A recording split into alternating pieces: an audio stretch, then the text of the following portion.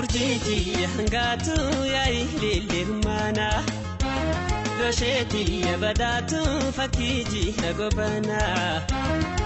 iwasi malene kabusinana kuleti yanana urjiti hangatu ya ililirmana dosheti badatu fakiji nagobana iwasi malene kabusinana kuleti yanana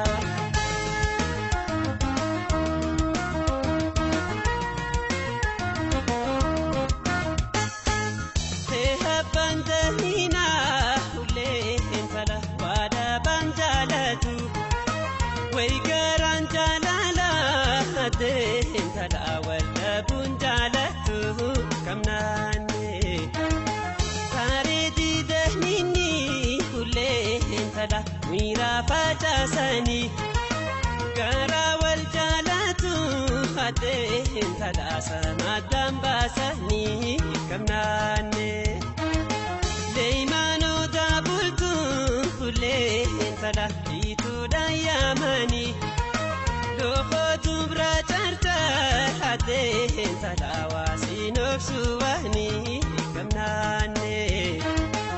angashatola adangara tudane ya takhinaku basida bala barbara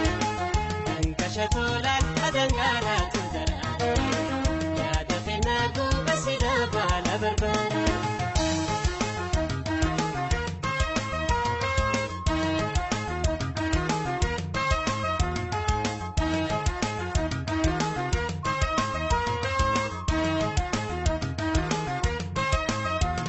urjiti hangatu ya ililirmana fayoti badatu fakiji nagobana iwasi malene kabusinana dosheti yanana urjiti hangatu ya ililirmana dokhoti badatu fakiji nagobana iwasi malene kabusinana dosheti yanana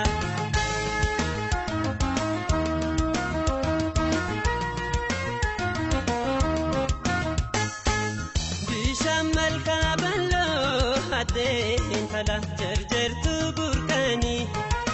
metalan ko dubra ade entala sumana falani kamnane ya talan ko tali ade entala biya bondule muramata khiya kule entala wan kalu simale kamnane ya harama sala ade entala galetin bahani hawal damni jiru loho entala ma walu barani kamnane angashatola lahadangara tudane ya takhinaku basida bala barbara angashatola lahadangara tudane ya takhinaku basida bala barbara angashatola lahadangara tudane